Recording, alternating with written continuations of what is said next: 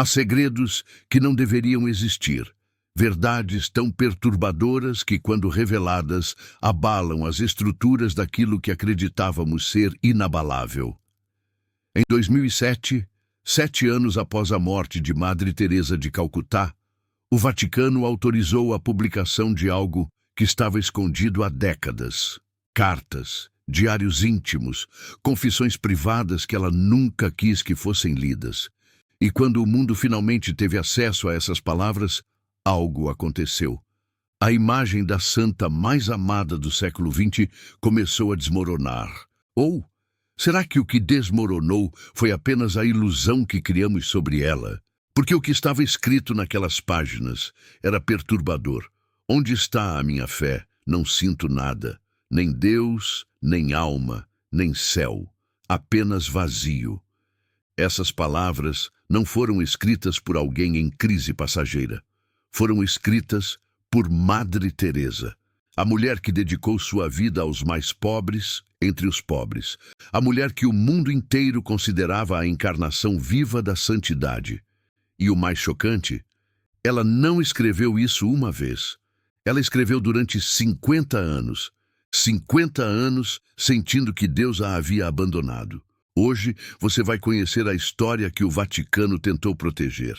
A história de uma mulher que, mesmo sem sentir Deus, continuou servindo como se Ele estivesse ali.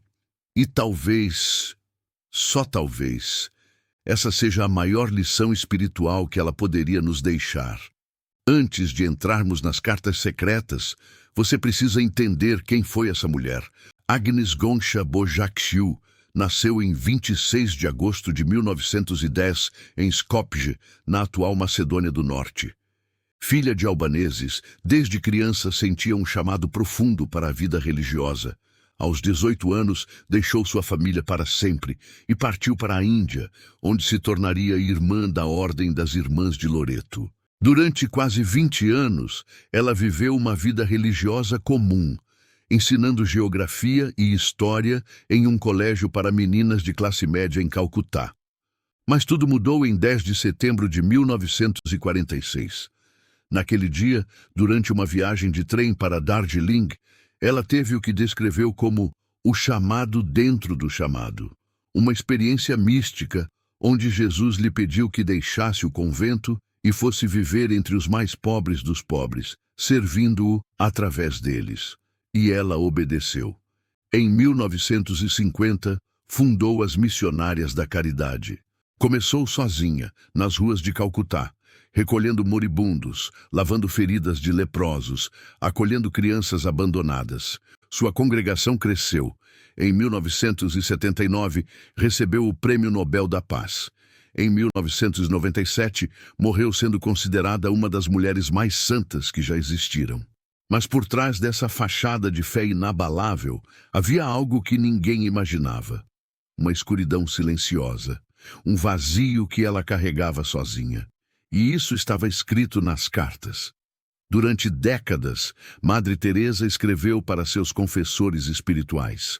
Eram cartas privadas, íntimas, onde ela expunha sua alma de uma forma que jamais fez publicamente.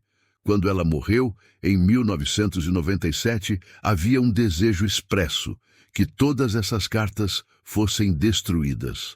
Ela não queria que ninguém soubesse do que estava escrito ali, mas o Vaticano decidiu diferente. Em 2007, o padre Brian Kolodejchuk, postulador da causa de canonização de Madre Teresa, publicou o livro Mother Teresa, Come Be My Light. Madre Teresa, venha ser minha luz.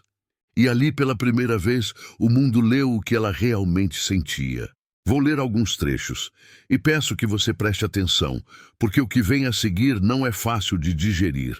Onde está a minha fé? Mesmo no fundo de mim, onde não há nada além de vazio e escuridão.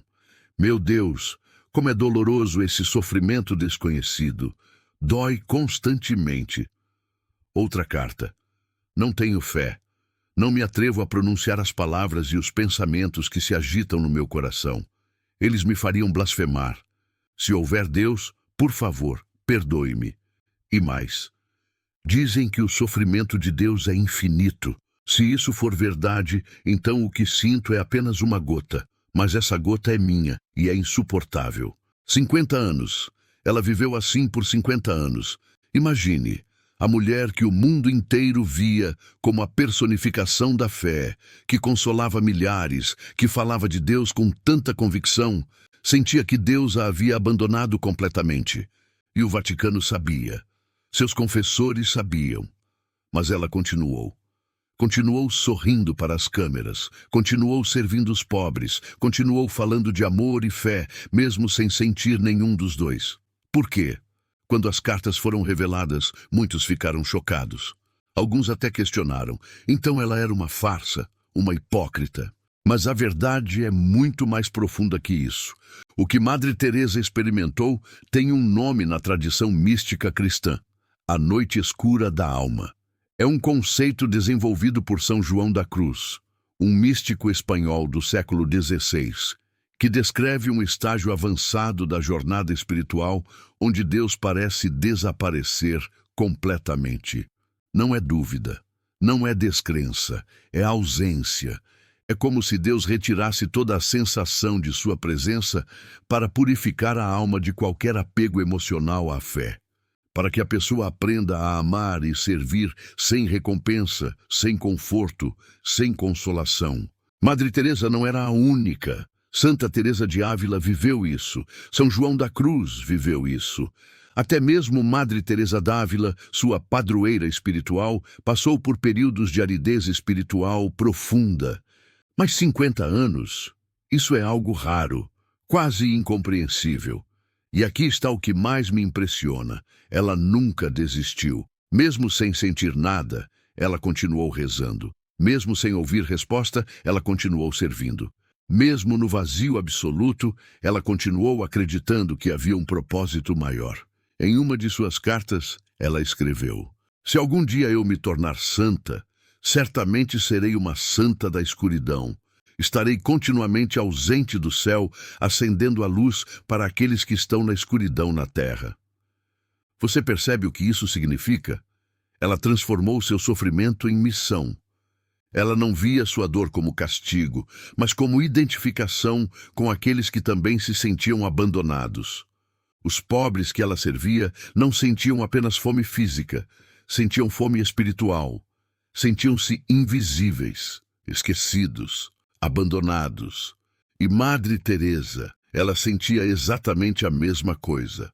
Mas em vez de fugir dessa dor, ela a abraçou e, através dela, serviu com ainda mais compaixão.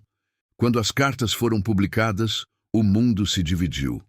Alguns ateus, como Christopher Hitchens, usaram as revelações para argumentar que Madre Teresa era uma fraude, que ela não acreditava em Deus e estava vivendo uma mentira.